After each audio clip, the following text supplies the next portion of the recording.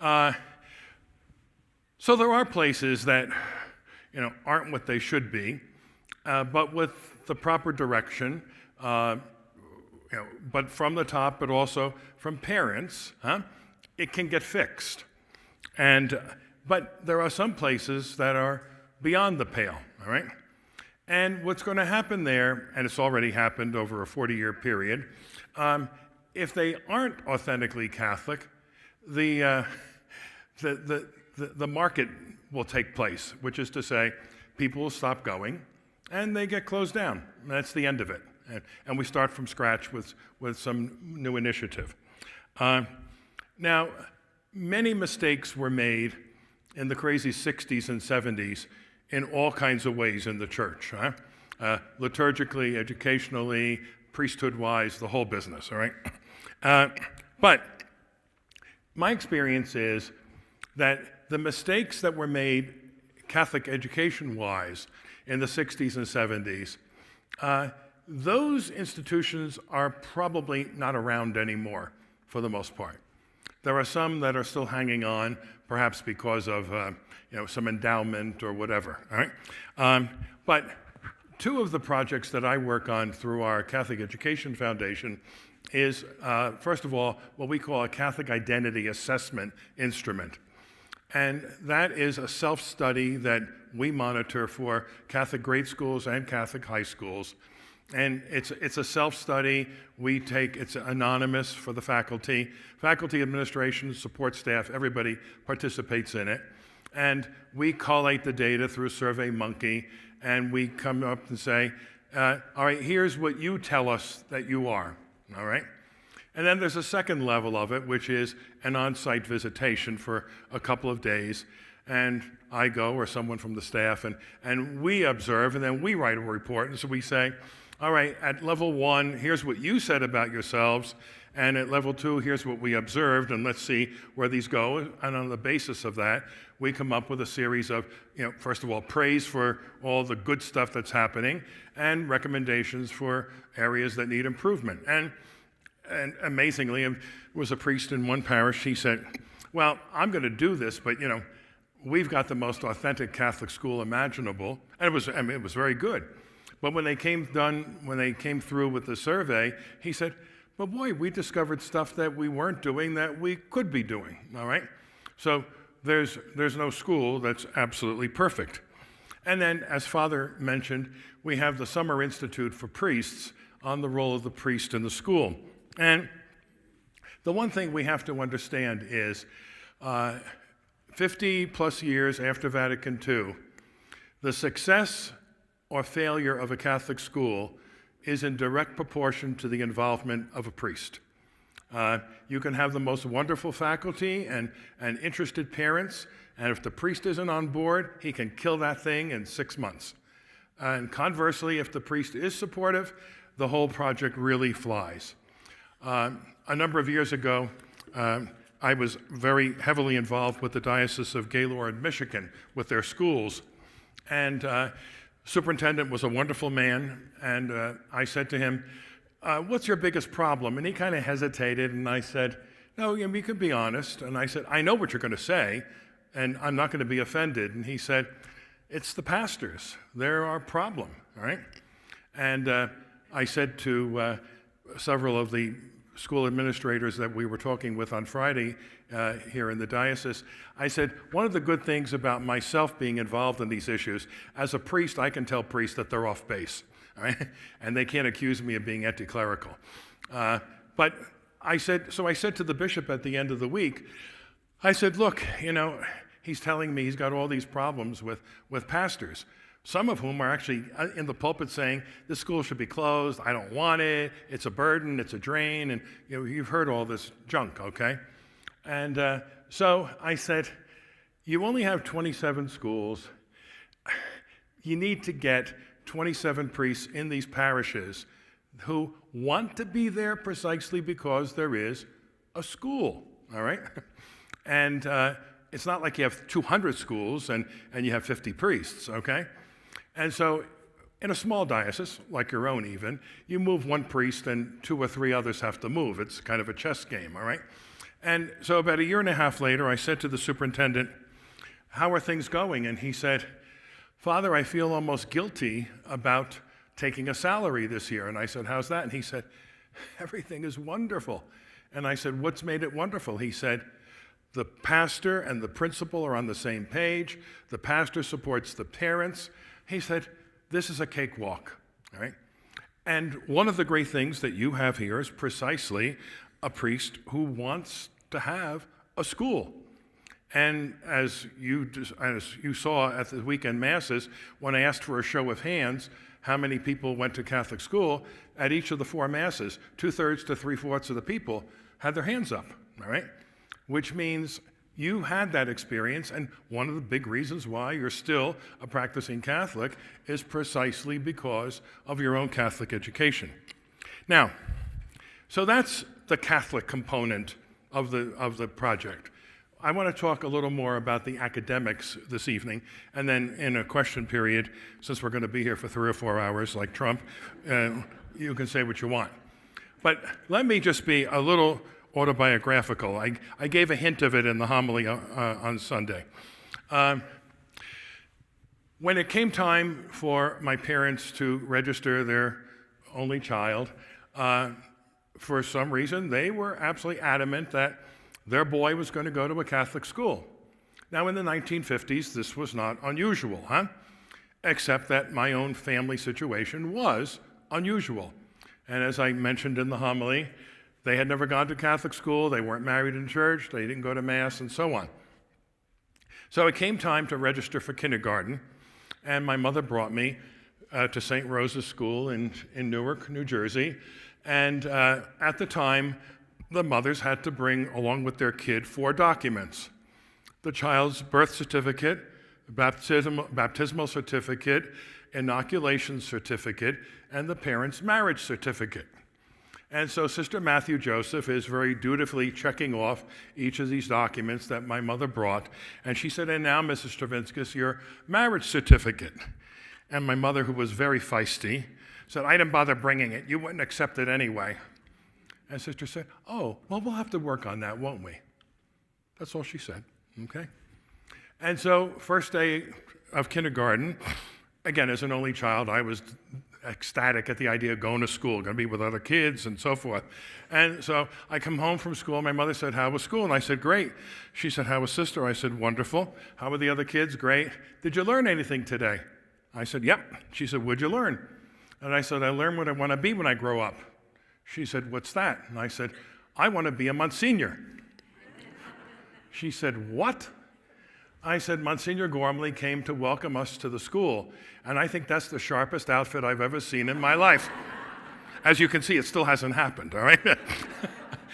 At any rate, so that's the beginning of kindergarten.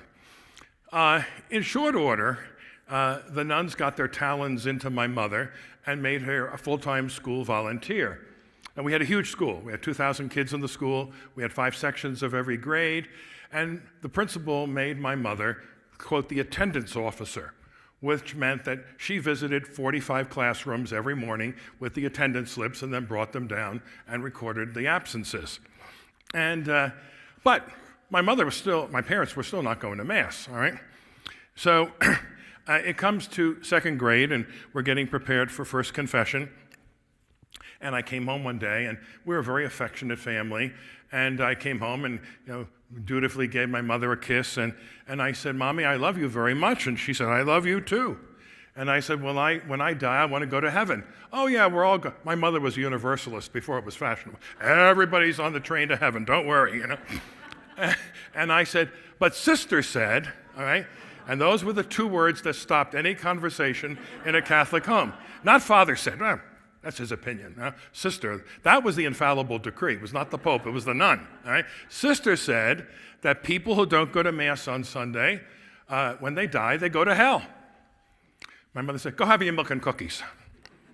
So my father comes home, and she said, we got a problem with the kid. I never knew my name at home, And he said, what? And she said, that kooky nun. And my father said, he's been the teacher's pet since kindergarten. What are you talking about? And she said, go to your room. Now, if you know anything about the culture of an only child home, you're there for everything, They're taking out a mortgage and you're sitting there discussing it, okay? And so I went to my room and I got the ear to the door and my mother said, that nutty nun told him that we're going to go to hell because we don't go to Mass on Sunday. Now, Sister Rita Gertrude did not say Mr. and Mrs. Stravinskas are going to hell, nor did I tell her that she said that, but my mother made the obvious application, okay? So my father said, well, what did you expect her to say? Today, of course, there'd be a lawsuit, all right? And so she said, well, when I go into school tomorrow, I'm going to tell her, keep her nose out of our home, all right? He said, well, you can do that. I'm not so sure how effective that's going to be. He said, I think there's a lot simpler solution to the whole problem. And she said, what's that? And he said, I think it'd be easier for you and me to start going to Mass on Sunday than it will be to convince Sister Rita Gertrude that we're not going to hell. And the rest is history. All right? And you see, that still happens. That still happens. I was involved heavily with a lot of principals and diocesan superintendents and pastors with the pandemic, when the public schools were all closing down and the Catholic schools generally stayed open. And I said to pastors and principals and superintendents, I said, number one, make sure any of the people you take in, that you get all the money up front. Because if the public school opens up the next week, they're going to bolt and the kids will be back and you'll be stuck with a bill. I said, but number two, you got to be very careful that you can't take too many of these kids in because it can change the culture of the school very, very quickly, all right? But the pastors told me some very interesting things. There was a pastor in the Archdiocese of Miami. It's a very large school. He has 800 kids in the grade school. He was able to take 68 kids in. Of the 68 kids, all 68 needed to play sacramental catch-up ball. Either not first penance, not first communion, or not confirmation, and so forth. And of the 68 families, 30 of them convalidations of marriages. And see, what does it mean? It's precisely that, the old philosophy, get the kids, you get the parents. So that's the Catholic component of it and my own history with it. So what's the second shoe to drop for this niche? It is a strong academic program in the classical mode as much as possible. And we have to distinguish about a few things. Number one, there's a difference between information and schooling and education, all right? Information, we hear all this stuff about AI now, okay? AI can do anything for you, all right? Artificial intelligence. But we're not raising robots, okay? And then the second issue is schooling. Simply because you've parked your butt in a classroom for 12 years or 16 years or more doesn't mean you're an educated person, all right? My father, who was, a high school graduate, period, could do rings around most doctoral students today, all right, with his knowledge of history and literature and all the rest of it, okay? So we're not interested in simply information. We're not interested simply in schooling. We're interested in education. And what is education, all right? Educere in Latin means to draw out. And so the job of an educator is to take a child or a young person and draw out from that person what is there innately to some degree, but also to be able to pour in some material that's not there, and between the natural ability of the individual and the involvement of the educator, that something beautiful emerges from this. So, I became involved with, you've probably heard about St. Jeromes School in Hyattsville, Maryland, It was the first part of the experiment, if you will, in developing or redeveloping an approach to Catholic education based on the classics. Now, there is St. Jerome's. Hyattsville is an interesting town. It's a suburb of DC, and so it's part of the whole Beltway lunacy. But it's an interesting town because half of the people are black and half are white, half are poor and half are rich.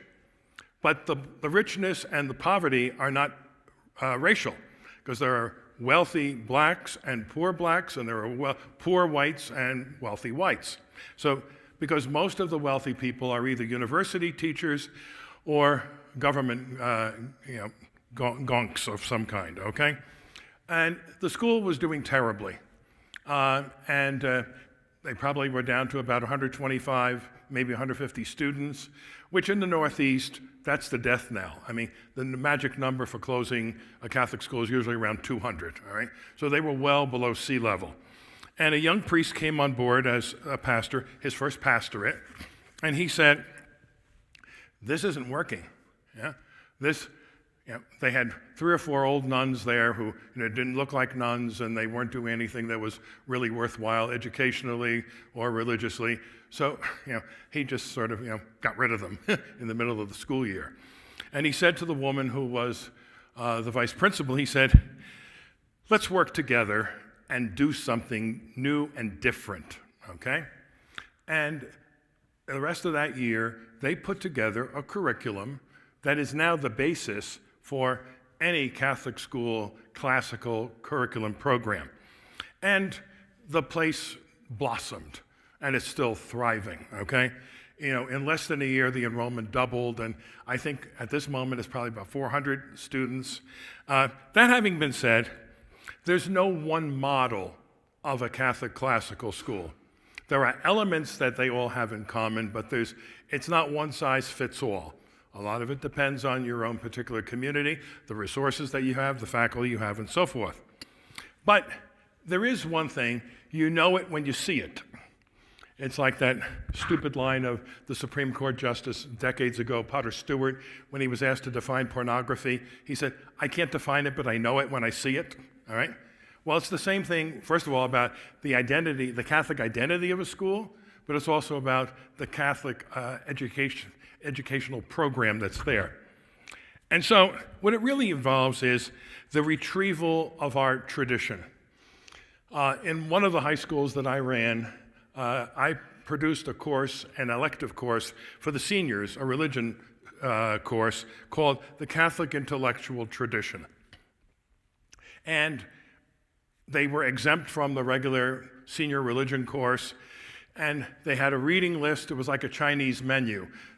Pick something from column A, column B, column C that they had to read, and we got together once a week in the evening, out of school, all right? And once a month, we got together and watched a, quote, Catholic film of some kind. So Beckett or Man for All Seasons or whatever. And the kids were ecstatic, absolutely ecstatic about it, because it put them in touch with Augustine, with Aquinas, with the modern Catholic authors like Evelyn Waugh, Flannery O'Connor, and so forth. And they found it exciting. And so the first thing that kids in a Catholic school ought to learn is that we do have a Catholic intellectual tradition, all right? Let's think about this. The minute the church came out of the catacombs, she did 2 things. She built churches and she opened schools. There were no schools before the Catholic Church. Now, people got an education. If they could afford it, you hire a tutor, right? And that's what happened. As there were no hospitals, there were no orphanages before there was a Catholic Church, all right? But St. Benedict was, up to his neck with the sewer of Rome at his time, so he got himself out of Rome and he went to the little town of Subiaco to live as a hermit. And then what happened? Other men said, gee, that sounds awfully good, and so a bunch of them moved in with him.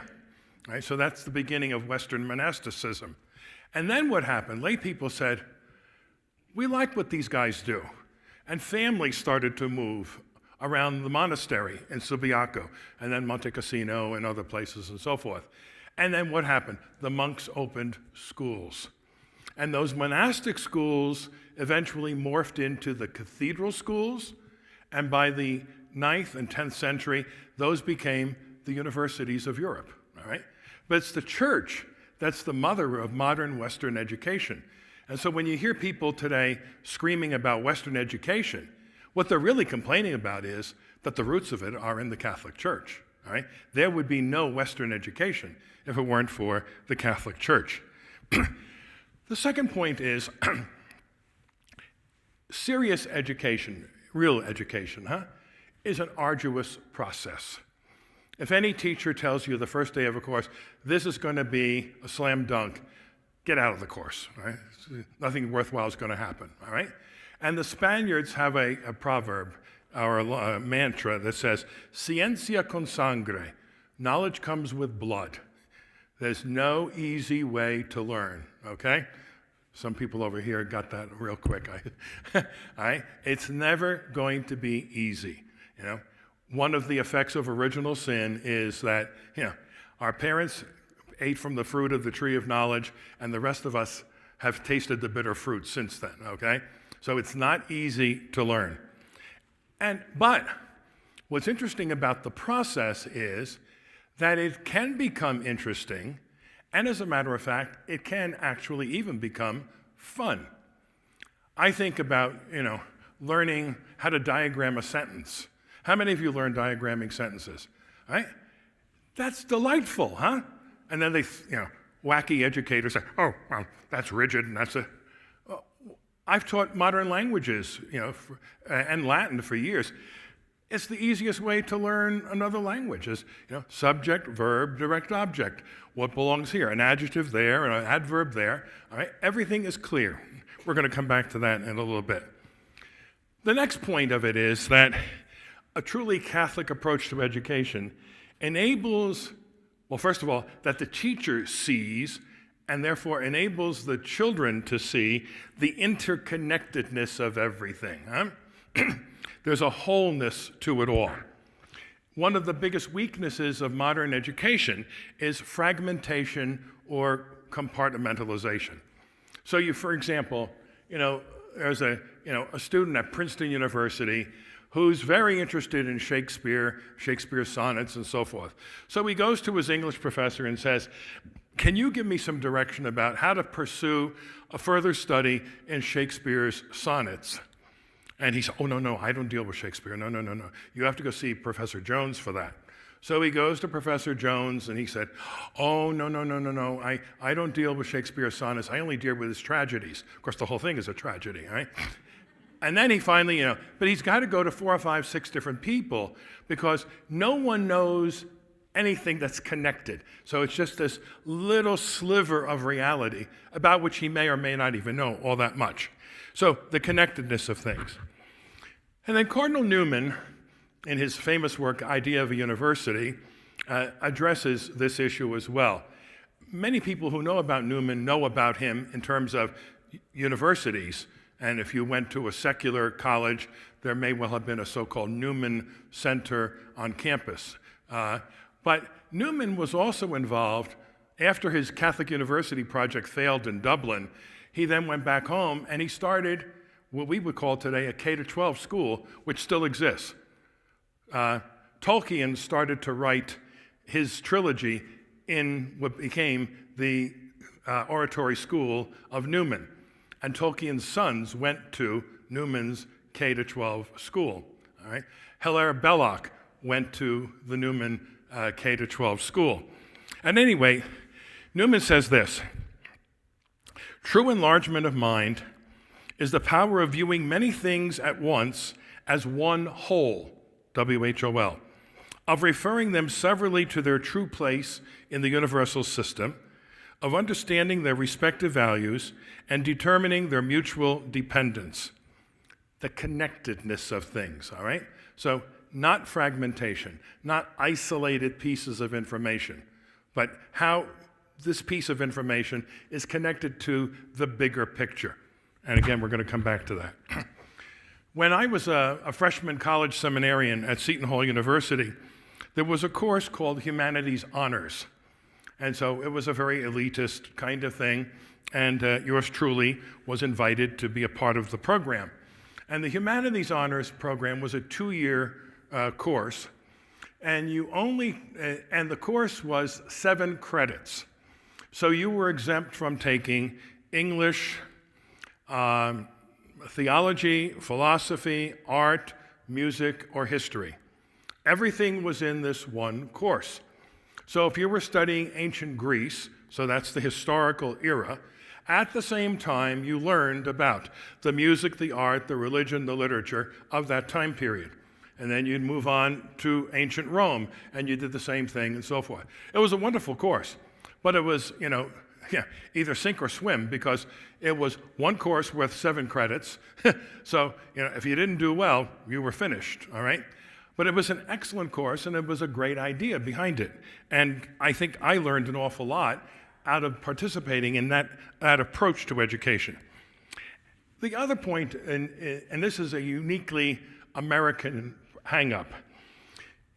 In our culture, and this is not something that just happened last week, this is going back 50, 60 years, education is generally perceived as education for the next level or for a job.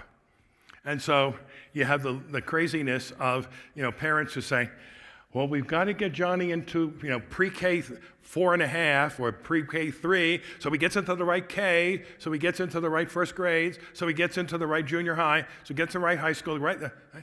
It's absurd. We don't educate for the next level. We educate because it's important to learn things at that level, which may or may not have a particular payoff in the long run. And it's certainly not education, quote, to get a job. Now, I'm not unrealistic enough to know that, obviously, at the end of a program, you want to have a job, unless you're going to be, perpetually in the clutches of the government. But there's importance of having an understanding of knowledge for its own sake. At one of the high schools I ran, it was at the time that Father Joe Fessio had started his Ignatius Institute at University of San Francisco. Any of you products of that program? He was just starting, and he had said to me, if you have any kids that show particular gifts in some area of knowledge, bring them down, and let's see if I can get them a scholarship. And so I brought 4 boys down to San Francisco, and so he chit-chatted with the kids, and he got to the one boy, and he said, well, Steve, what do you like? And Steve said, I love math. And he said, and then he put on his Jesuitical thing, he said, well, what are you going to do why do you want to study math? And he said, well, gee, I don't know, Father. He said, well, answer me. He said, I just love math. He said, you're in. You got a full scholarship for 4 years. Right? You do it because you love it, all right? There's a family that I've been very close with for years, and they had 2 daughters, and the mother, has a wonderful, sort of classical education background, a doctorate in Spanish and so forth, although she's never really used it. She's been in finance for her whole life. And her daughter was at a Catholic high school on Long Island, very smart girl, did very well. And it was, probably about February of her senior year, I was a dinner guest, and I said, well, Amalia, where do you want to go to college? Where have you applied, where you've been accepted? And she said, ask her. Of course, the teenage girl with the mother, And I said, what's that? And she said, she wants me to go where I don't want to go, and she wants me to major where I don't want to major. And I said, well, what do you want to major in? She said, I want to major in fine arts. And the mother said, there's no money in that. And I said to the mother, do you want her to be rich or do you want her to be happy? Okay. Now, she forced the girl to major in finance, and she's working in finance, but she's not incredibly happy. But education isn't necessarily for the payoff, okay? And the fact of the matter is, to know is better than not to know. So if you took, a course in 4th year Latin studying Virgil's Aeneid, there may be a job in teaching classical Latin, but whether or not you use it, it's made all the difference, or should have made all the difference in your world simply by being exposed to it. And again, that's something we'll come back to. And then, in the Catholic scheme of things, religion is not an isolated 30-minute course, all right? When I was in grammar school, religion was 30 minutes a day, but It was a cross-curricular topic. And what do I mean? When I was a high school administrator, I used to say to my religion teachers, for example, I don't want you to spend an inordinate amount of time in religion class talking about abortion. No. I want that conversation to occur in a science class. After you finished a unit on fetology or the unit on genetics, you say, now, ladies and gentlemen, here is what science teaches us. And because the church is so convinced about the importance of science, she tells us that science tells us this is a human being, and because it's a human being, we have to respect it, and for the following reasons, that's why the church has her position. I was visiting one high school, and again, usually the teachers don't know that someone's coming in from outer space to evaluate them. And I always say teachers and priests are very similar. They hate to be evaluated, okay? And I walked into a science class, and the teacher froze. And she said, And I said, go ahead. And I said, what are we doing today? And she said, well, we just finished a unit on genetics, and I'm giving the students today Cardinal Ratzinger's document, Donum Vitae, on genetic manipulation. I said, wonderful. That's exactly what should be happening, all right? And there they were, juniors in high school, reading a document of Cardinal Ratzinger / Benedict XVI. But that's the kind of thing that could and should be happening. Or how can you teach history without adverting to the church's involvement historically, particularly if you're dealing with Western civilization? If you remember when they were trying to jumpstart the European Union, and Pope John Paul desperately tried to get a paragraph as a preamble into the European Constitution, simply to acknowledge the Christian roots of Europe. No, we don't want that. So, they cut themselves off from their roots. Or, how can you teach literature, again, without adverting to religious and moral issues? In one of the high schools that I had all of the freshmen for religion and half of them for English. And at the end of the year, I said to one boy, well, Michael, you were one of the fortunate ones. You had me for 2 periods a day. And I said, which course did you get the most out of? And he said, well, to be perfectly honest, I think I learned more religion from you in English class than I did in religion, which really ticked me off because I inherited a religion department that was really bad and upgraded it. And I went home that night, I was still fuming, and I said, well, come to think of it, how can you teach a novel or a short story or a poem without dealing with religious and moral values? Now, footnote on the story, that kid became a priest, and typical smart aleck. Right? So now, what are the elements involved in a classical curriculum? First of all, teaching children from the youngest age what we call critical thinking skills. And that's not critical race theory, it's critical thinking skills, all right?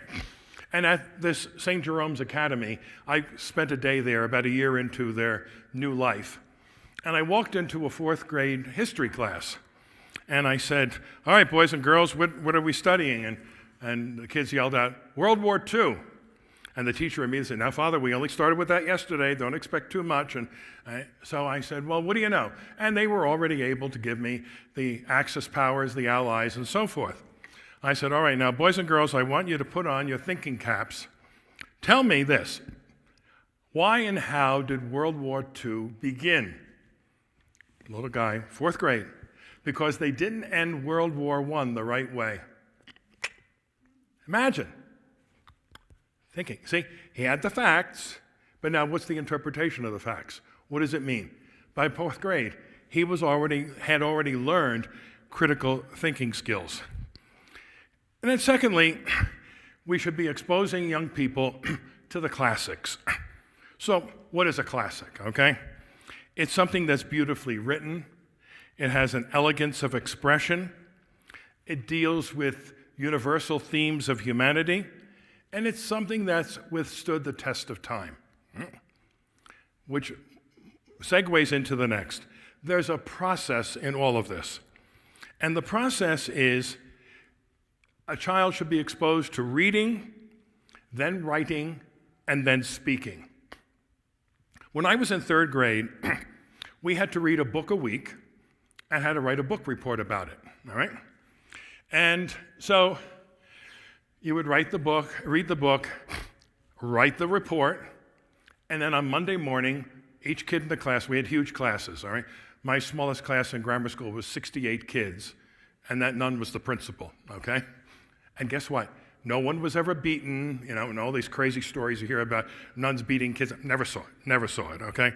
Although the Sisters of Charity did have a paddle at the front on the bulletin board that said the Board of Education applies to the seat of the pants. And a kid would act up and she would reach, all right? And the kid would say, "No, sir." And she'd say, "All right, settle down." That's how we dealt with ADD in those days. No drugs, no psychotherapy, all right? Called good old discipline, all right? At any rate, so then you would get up on Monday morning. Each kid had 1 or 2 minutes to summarize the book he had read. And then at the end, the teacher would say, "What did you learn from this?" Okay? And you'd move on. But also in third grade, one day, we would be brought to the school library on Monday. You pick a book, and next Monday, you would return it. Well, it must have been Wednesday or so. I said, "Sister, can I go to the library?" And she said, "For what?" And I said, "I want to return my book." And she said, "You're finished with it already?" And I said, No. And she said, "Well, then why would you be returning it?" I said, "Oh, it was a very boring book, sister." And she said, "Master Stravinskas." We were always master until 6th grade. Then we became Mr.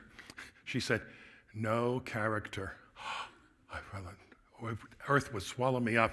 She said, "We never stop something before we finish it. Now you sit down, you finish reading that book, and when you give a report to the class on Monday, you can tell everyone why you thought it was a boring book and advise them not to read it." And to this day, as an editor of a magazine, so I read books constantly, and I hear her behind me saying, "Don't put it down, it's boring, it's no good."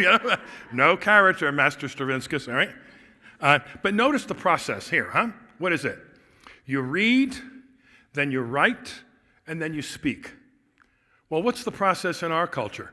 Any moron just talks, all right? And you're supposed to take him seriously, all right?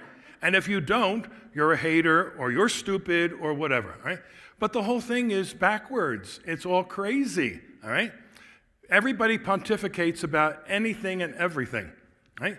But there really is a genuine process to it. So you fill the child's mind with good stuff about which he has to write, all right? So you don't just get up and bloviate, all right?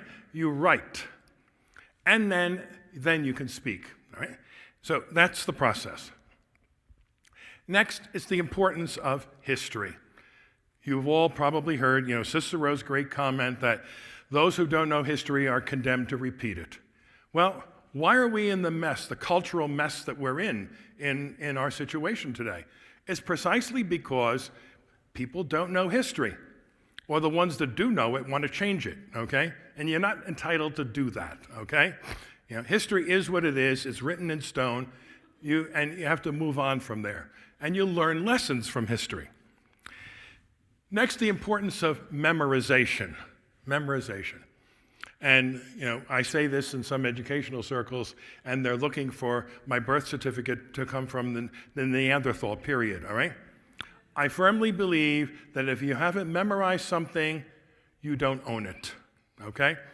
Now, when I was a boy, we memorized everything imaginable, right? The catechism questions, the multiplication tables, the 21 prepositions in the English language, and so on, all right? In high school, every year we had a Shakespeare play in English, and you had to memorize a soliloquy from whatever the play was. And so freshman year, the Shakespeare play was The Merchant of Venice, and we had to memorize Portia's soliloquy. Quality of mercy is not strained. It droppeth as a gentle rain from heaven upon the place beneath. It is twice blessed. It blesseth him that give, and him that take. That was 100 years ago I learned that, but it's mine, all right? In sophomore year, we had to memorize Francis Thompson's Hound of Heaven, 100+ lines, all right? I fled him down the nights and down the days. I fled him down the labyrinthine ways of my own mind. And midst the tears I hid from him, and shot precipitated the down titanic glooms. My father, a simple workman, had hundreds of poems memorized. And someone would say something, oh, that reminds me, he would say, and start to quote a poem from somebody, all right? Some years ago, wanting to take out time from purgatory, I went to the New Jersey Division of Motor Vehicles to renew my license. And I'm standing online, and it's like a supermarket. You know, at the deli department, you get a number, and you hope that you'll be called by the end of the workday.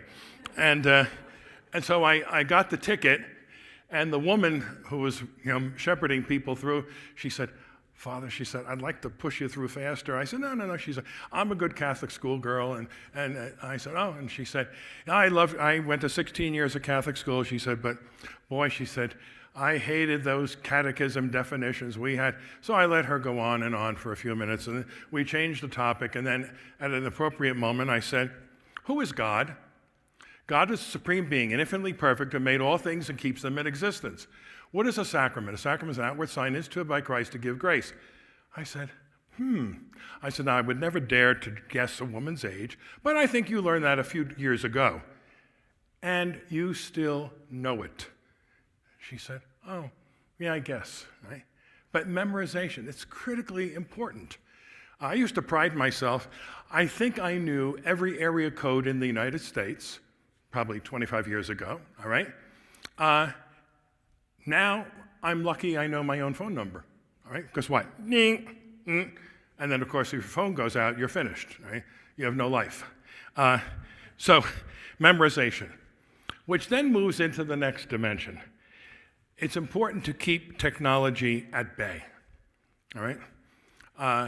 I'm not so Neanderthal that I say there's no place for technology, but the one thing I have been saying to schools for a long time is, first of all, I don't believe any kid under 8th grade ought to be involved with the internet for any reason whatsoever, let alone a telephone and all the rest of it. There's another family that I've been very close to over the years. The parents are both converts. They met at Princeton University, and the wife became a Catholic only because the kids ended up in Catholic school. But they have 3 kids, and the boy went to a Christian Brothers Academy. The girl went to the parish high school, which is co-ed. But in 7th grade, the girl said, Mom, I need a phone. And she said, why? Well, everybody has a phone. And she said, well, that's clearly not true, because you don't have a phone, so everybody doesn't have a phone, all right? And she said, well, what do you want a phone for? In case of an emergency. And she said, well, if there's an emergency and everybody else has a phone, you can use one of theirs. So the girl, put on a pout, and it came 8th grade graduation, and the mother foolishly said, all right, Sarah, what do you want for graduation? I want a phone. Okay, let's go. So they went to the AT&T store, and they picked out something, and the guy was showing them all the bells and whistles. This phone can make breakfast for you. It can do this. It can, everything. And the mother said, now, by the way, just before we get too far into this, just make sure there are only 2 outgoing numbers on this phone, 911 and my number. And the girl said, forget it. Let's go home. All right? This is a huge danger. Forget about TikTok. I mean, that's already long beyond the whole situation, okay? And then the whole question about access to pornography, which is, if you want to talk about a real pandemic, it wasn't COVID, it's pornography, all right? They tell us it's now the #1 cause for divorce in the country. The situation in Japan is so whacked that women complain they can't find a man to have sex with because the men prefer the pornography to a live woman. All right? Forget about the morality issue in either way. But this is a very serious problem. And Jared Stout, who used to be associate superintendent for schools in the Denver Archdiocese, wrote an article a couple of weeks ago about children as young as kindergarten having access to pornography.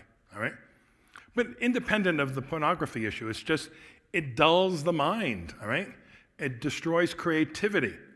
And access to the screen is bad for children's visual development, all right?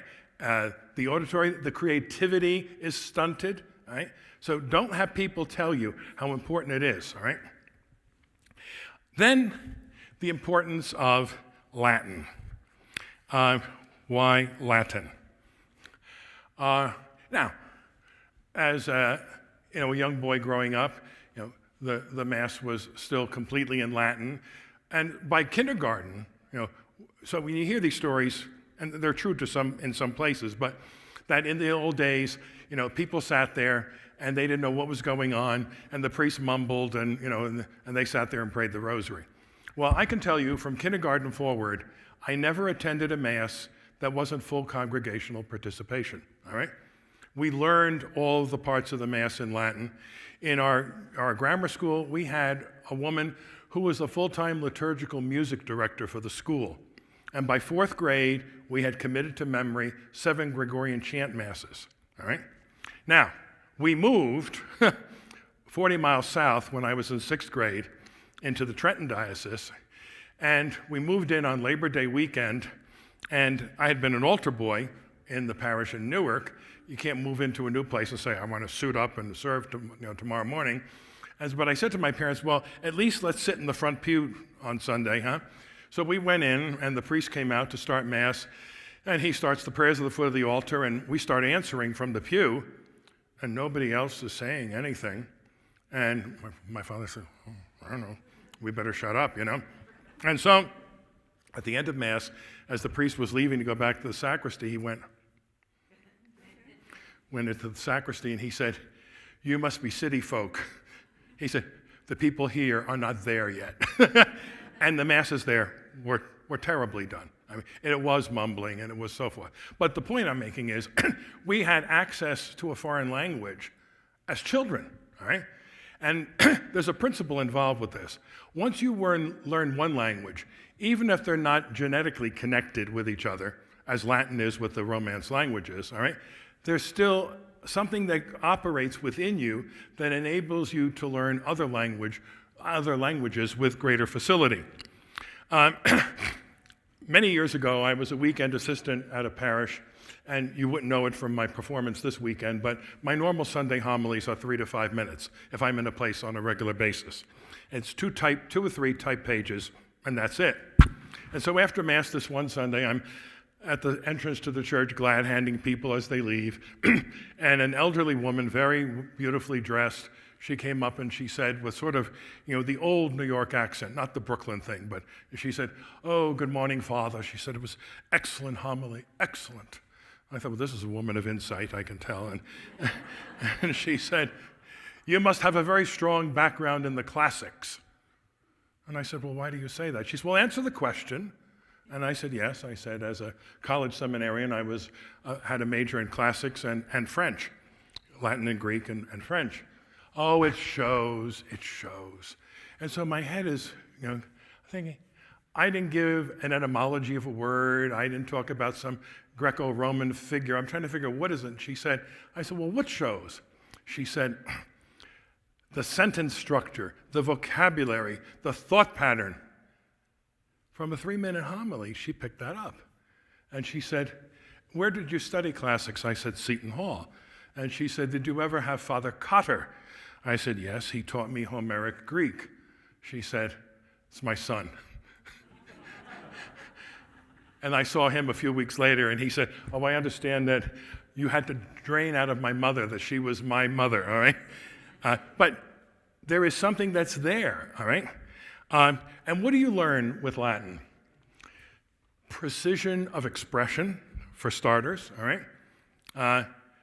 It's one of the great crosses of my life. I read someone's article and I say, oh, it's terribly written, Sometimes it's not even a subject and a verb that match, right? You find the roots of English words, all right? And also, the younger you learn a language, the better command you have over it. That's why in the old Soviet Union, they taught kids English in 1st grade, all right? Because why? The mind is still being formed, okay? Back to St. Jeromes Academy, they start the kids there with Latin in kindergarten and first grade. And sometimes people say, oh, well, teach them first grade. They're only learning baby Latin. I said, well, they're only learning baby English too, all right? And I walked into this first grade Latin class, and it's a combination of some, conversational stuff and some grammar, in quotes, all right? And so I walked into the room, and I looked at this little kid, and I said, quid agis, which means, how are you? And he said, bene. I looked at another kid, and I said, quid agis. He said, optime. I said, another kid, quid agis. He said, pessime. But see, already the mind is being opened up. And when you learn a foreign language, you don't simply learn vocabulary and grammar. You enter into the mind and mentality and the culture of a people. So, for example, in Latin, in English, we say, I teach French to 10th graders. And so the direct object is French. And the students become the indirect object, okay?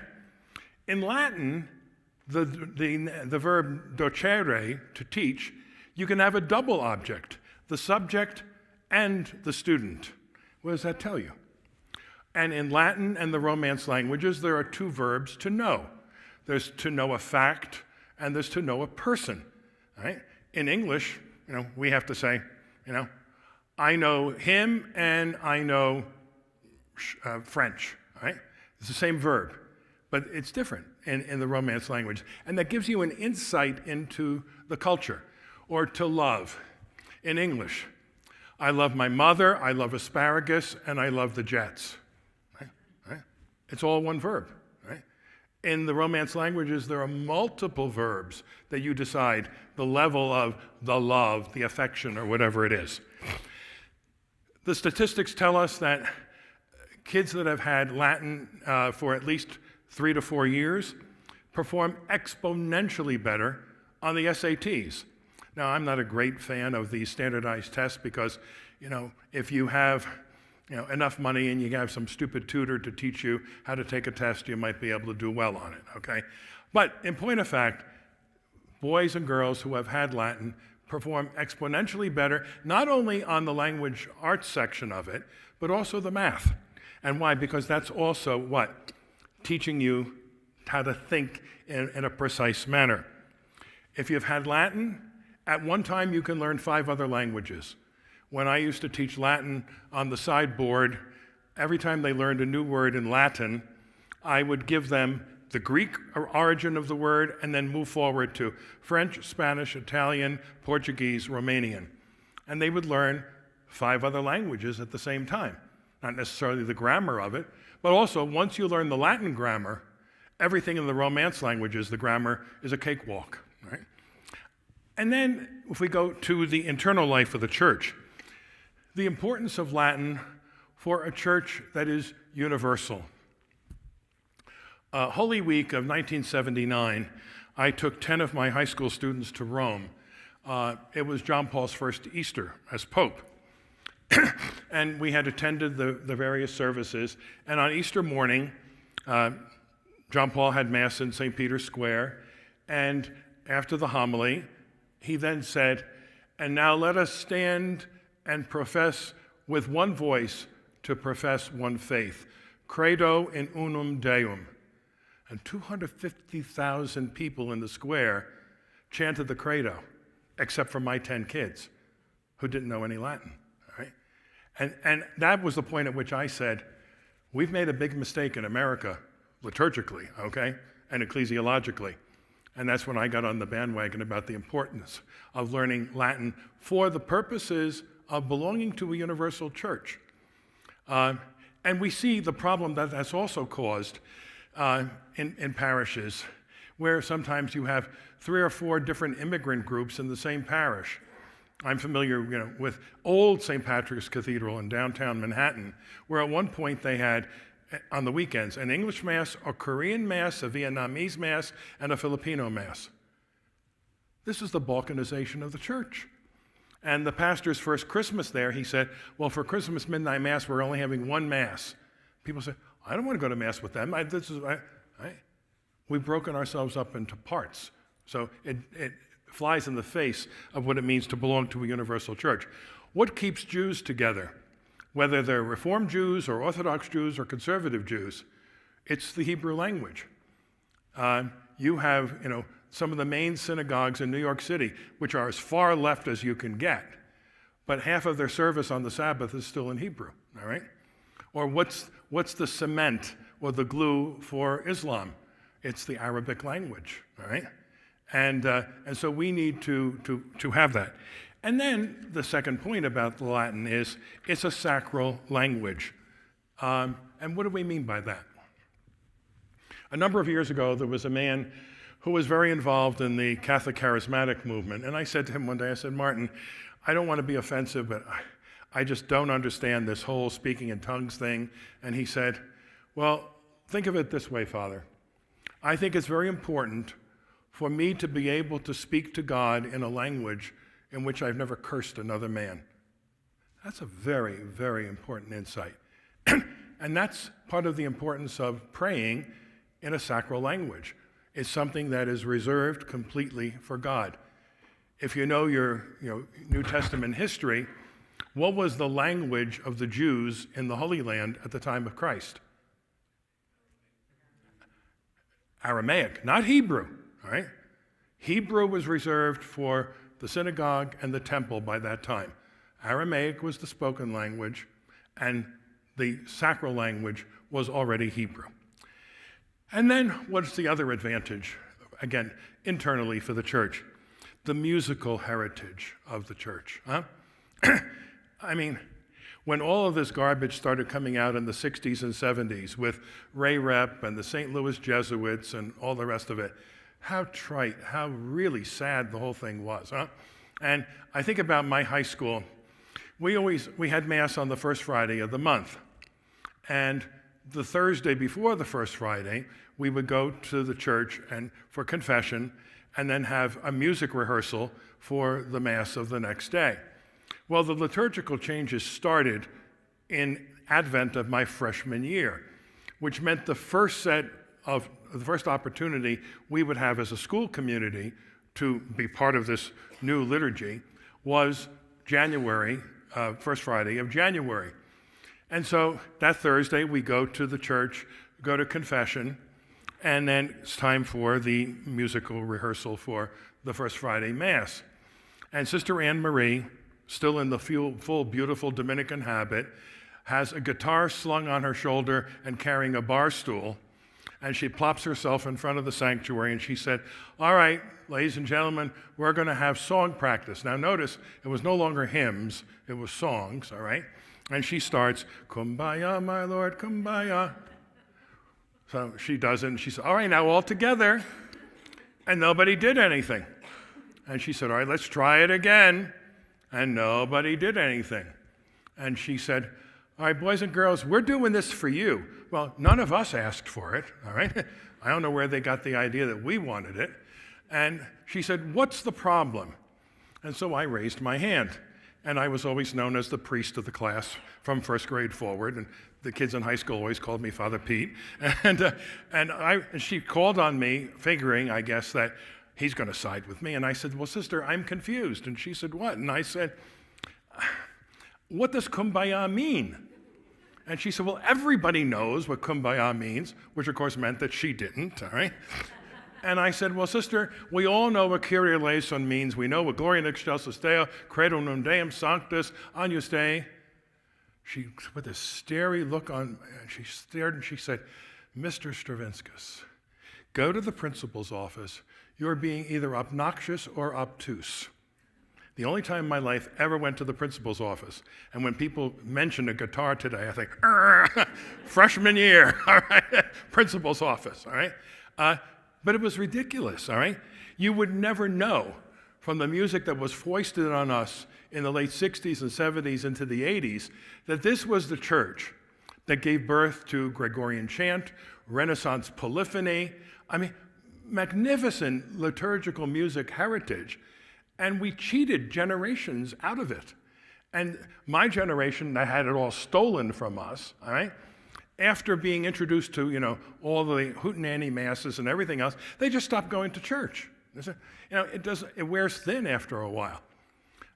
If you want to see a really successful liturgical music program for a school, it was one of the schools I helped start, Atonement Academy in San Antonio, Texas. Our Lady of the Atonement was the first Anglican youth community to come into the church. And for their 10th anniversary, Cardinal Law was brought down. He was at the time the papal legate for Anglican communities coming into the church. He celebrated the anniversary Mass, and I preached.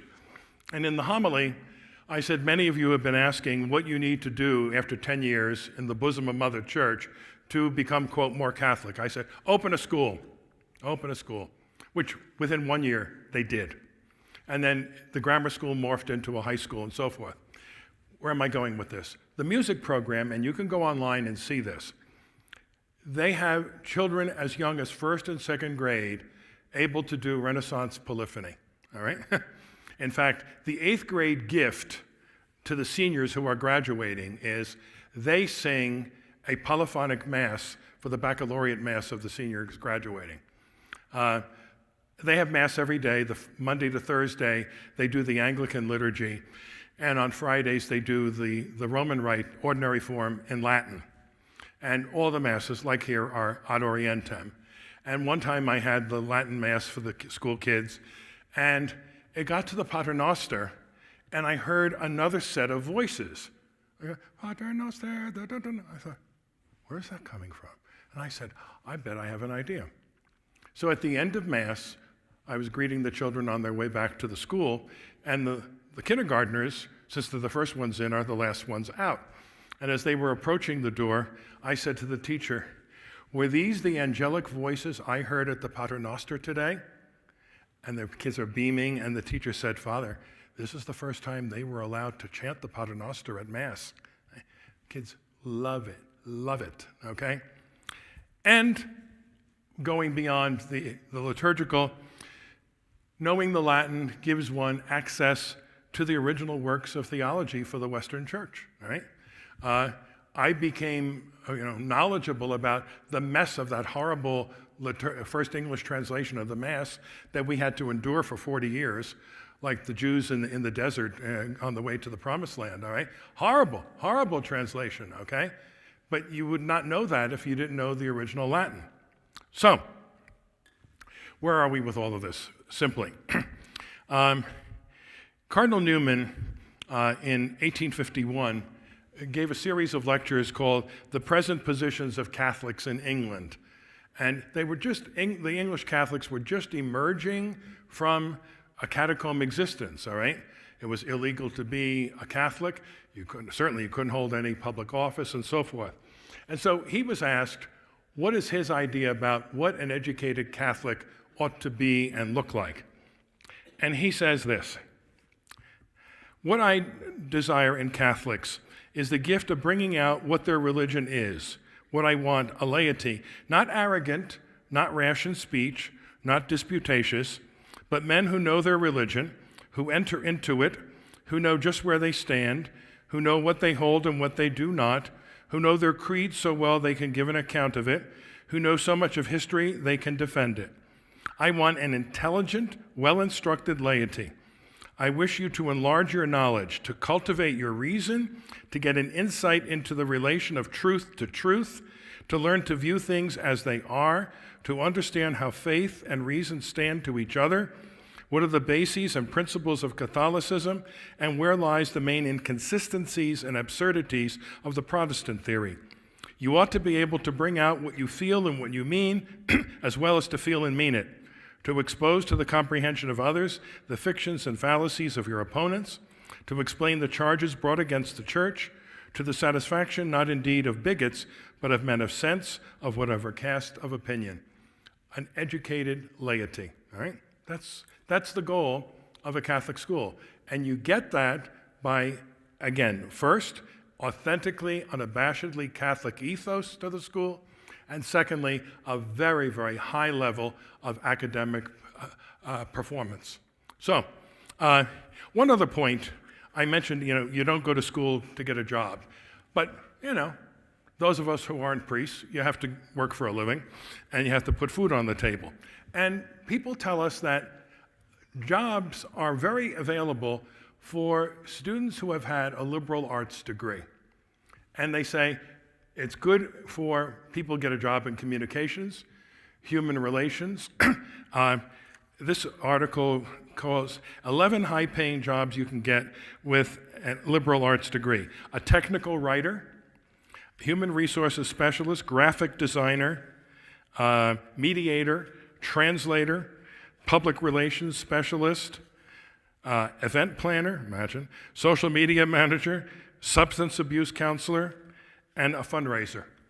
Why? Because if you have an exposure to the liberal arts, you can work in all those different areas. And there are skills that you learn simply by osmosis, by learning languages, by learning history, and so forth. So, those are my little thoughts. And if you have any other thoughts, questions, comments, disputation, I'll tell you why you're wrong.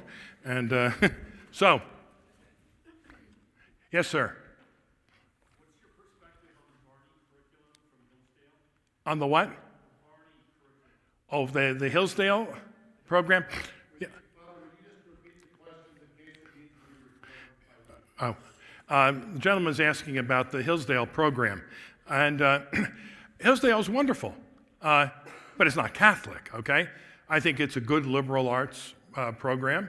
I enjoy every month the Imprimis little newsletter that they send out.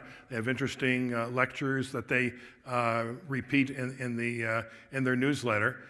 And so it's good for what it is, all right? But for us, that's not enough, okay? Now, that having been said, I would sooner send a Catholic high school graduate to Hillsdale to any Jesuit rather than to any Jesuit college, okay? All right? Because a kid's not going to lose his faith at Hillsdale, but, at a Jesuit institution, we know what happens, all right? I got my doctorate in school administration from Fordham. Absolute disgrace. I mean, there was nothing Catholic about the program whatsoever. I had a course in public school finance, public school communications, community relations, public school law.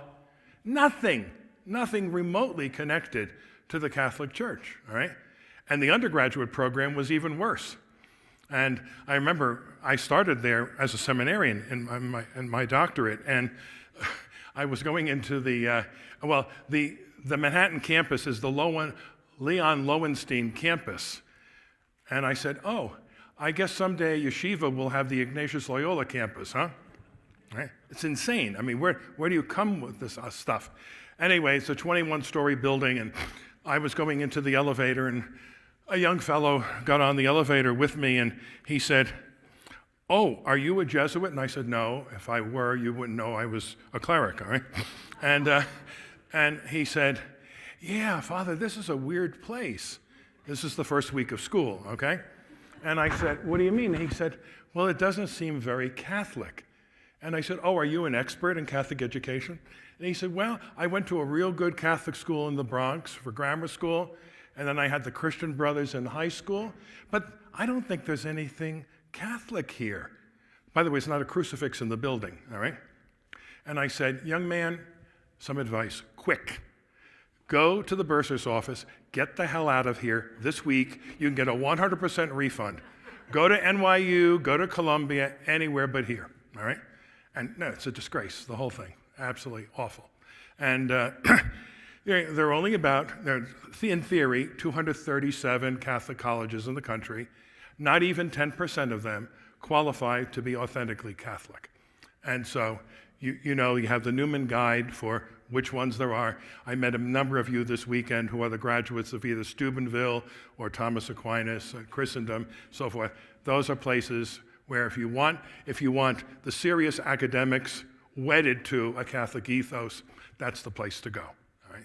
But yes, ma'am. Just a question. The authentic Catholic assessment that you do, is it aligned to the WCEA?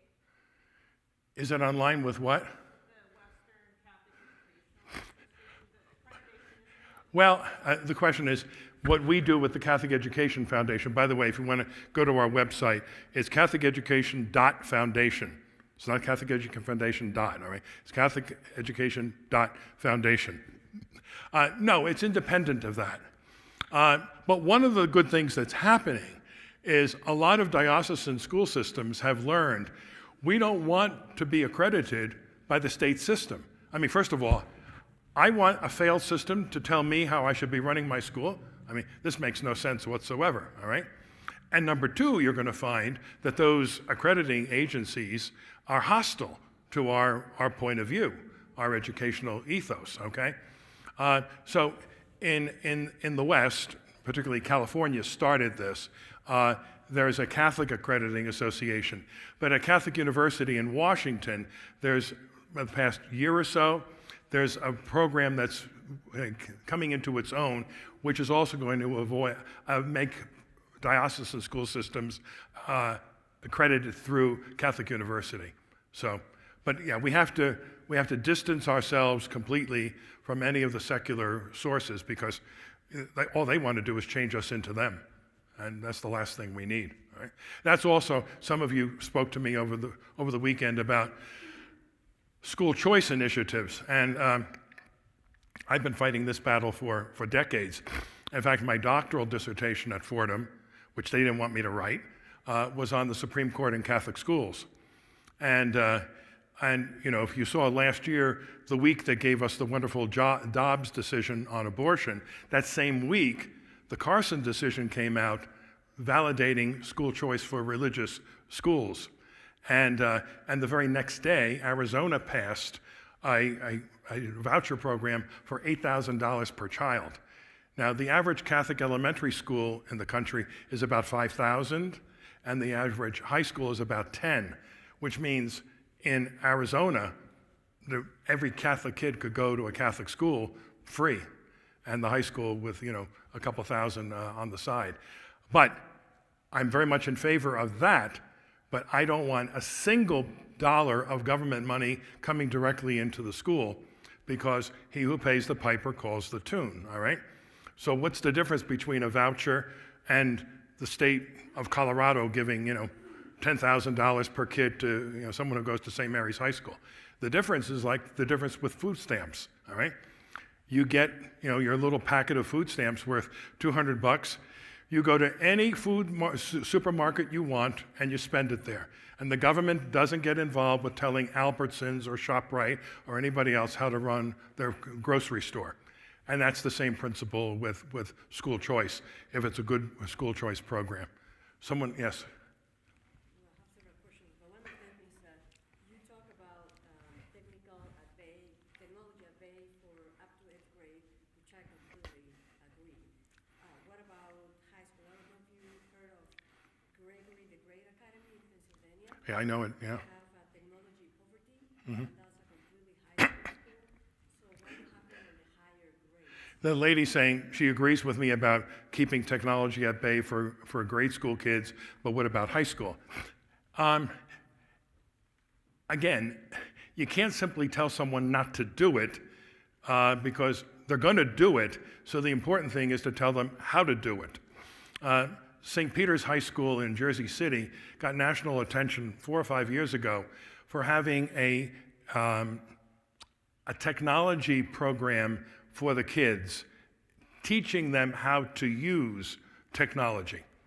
And it got, as I say, national attention. So I think at the high school level, well, for example, you know, I do a lot of writing, and so I'm writing an article, I'm thinking, all right, the French Revolution, was that 1789 or was it 1788? So, all right, at this time, sometimes I have a Biden moment, all right? So I go to the Google, I look it up, and it takes me 30 seconds. I don't have to go to a library, I don't have to go anywhere else. Boom, it works perfectly. A teenager who doesn't know how to use technology goes to the internet for that, Oh, but look, there's a link to that, and there's a link, isn't that? And so what should have taken him 35 seconds is now 3 hours later, he's still looking at junk, none of which is connected to anything really, and he's wasted a lot of time and perhaps even gotten a lot of bad information.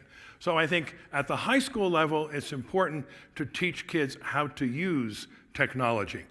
And, for example, if you're writing a term paper, Wikipedia is not a source, okay?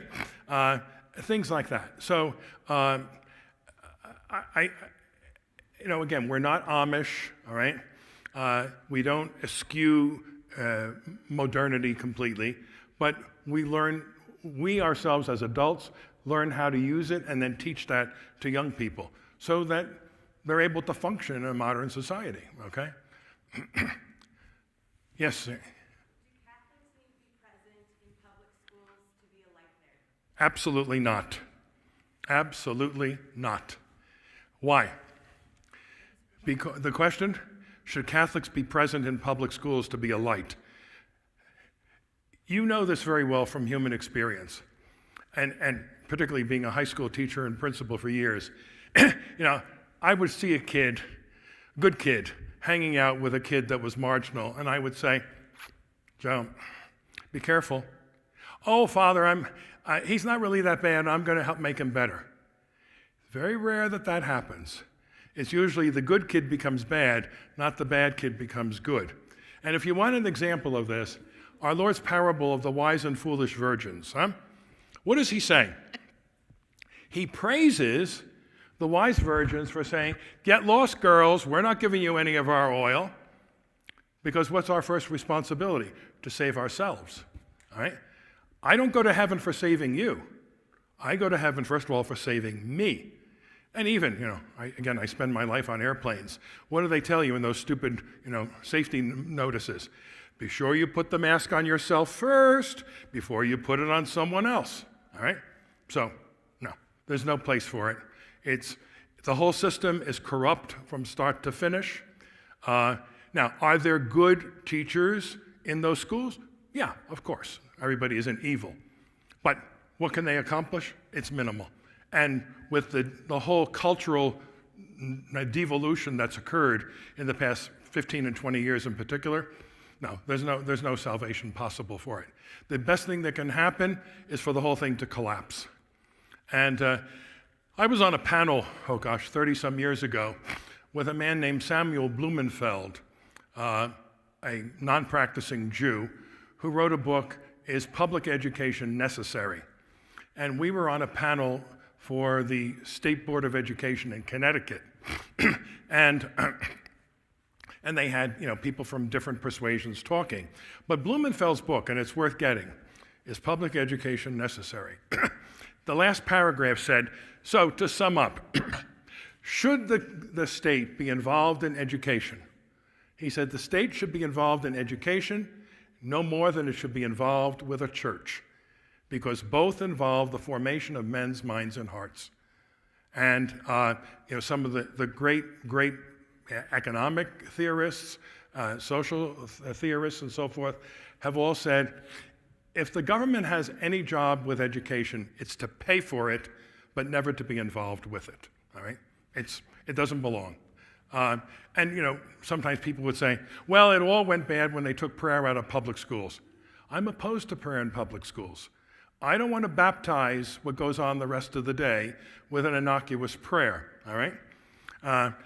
When my father's family moved from Massachusetts to New Jersey, he went to a public school in Newark in 4th grade. And at the time, they began the school day with the Lord's Prayer. And so he had been told by the pastor, now you can't say the Protestant ending on the Lord's Prayer, all right? Thine is the kingdom and all that business. And so, my father shut his mouth every day and at the end of the year, he got kept back in 4th grade because the teacher said, there's something wrong with the boy. He can't seem to learn the last line of the Lord's Prayer, all right? And he had to go to summer school, all right? And so, no, there's no place for prayer in a secular institution. Keep it as it is, public, even atheistic. You see, for example, in the Soviet era, the government schools were clearly atheistic. You know what you're getting into at that point, all right? And so you're prepared. But let's not play games about saying, well, it was better with this, or Bible reading. Well, whose Bible reading, okay? And whose Bible? And New York State, for a century, had the so-called Regent's Prayer. It was absolutely innocuous, you know.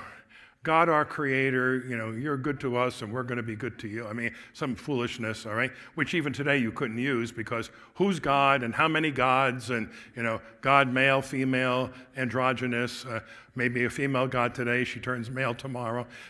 And so it can't work. It can't work. And I think we have to admit that. Now, one of the problems is we have to have bishops and priests to have the courage to say from the pulpit and on a regular basis in their teaching that confining one's children to the state school system is endangering their children's souls, all right? That's the fact, and the data is there to support that.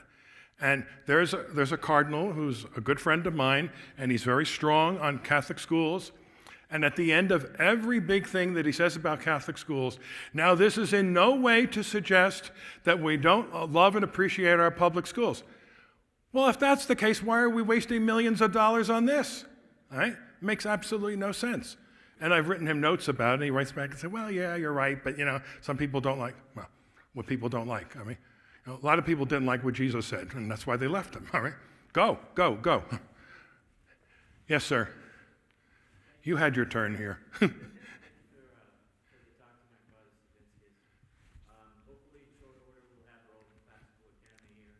But the reality is, we'll probably be starting from scratch. Sure. And you mentioned a couple key elements in what you believe is a classical academy. Mm-hmm. And my hope is that we can get there in no time.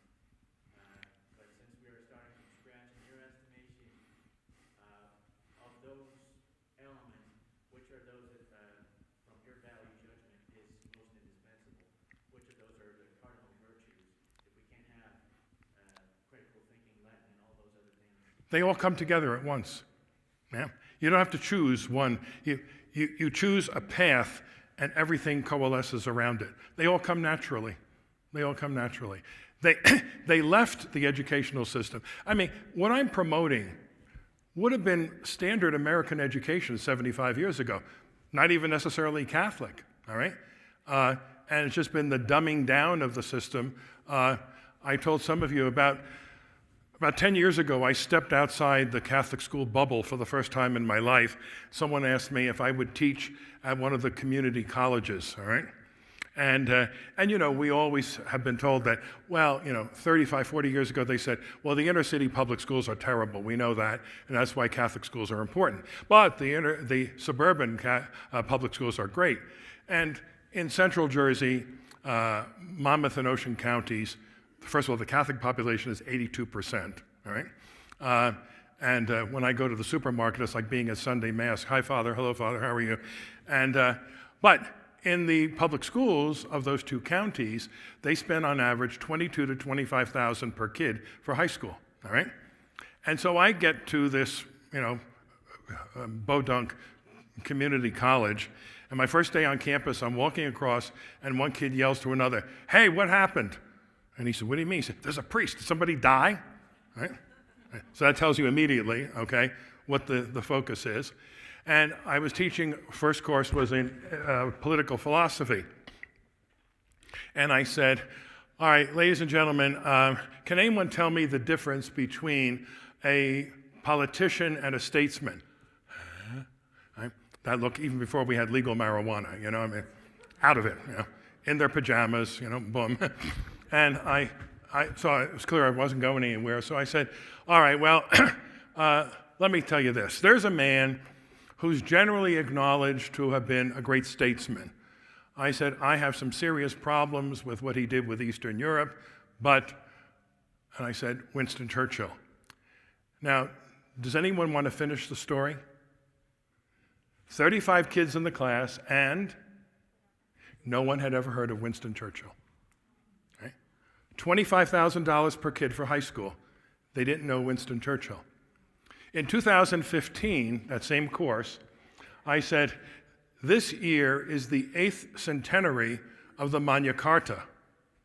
Mahu, the Magna Carta, English Common Law, King John, Runnymede. Never heard of it. Right?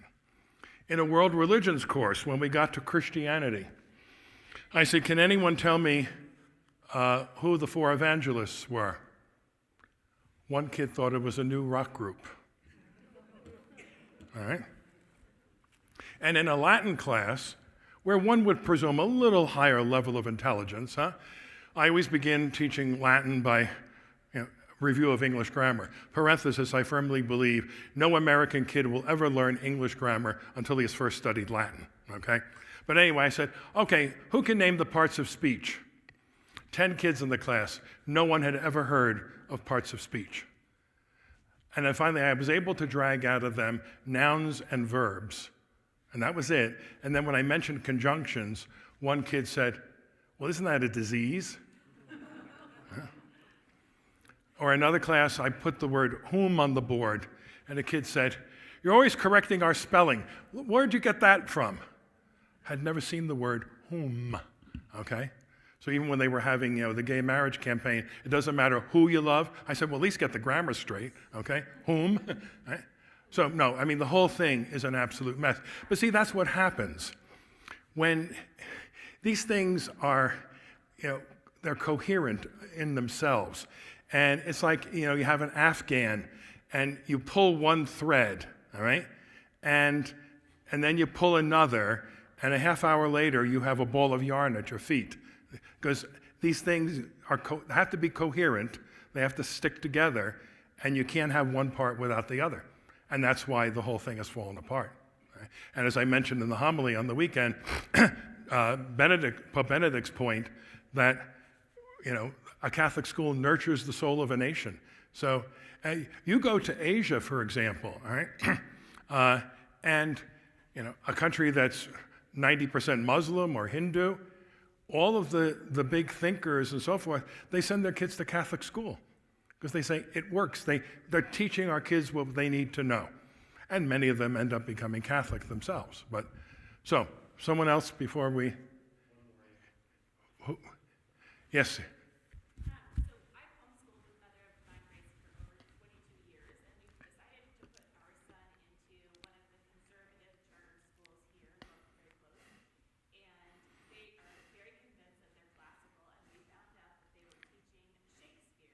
They were teaching what?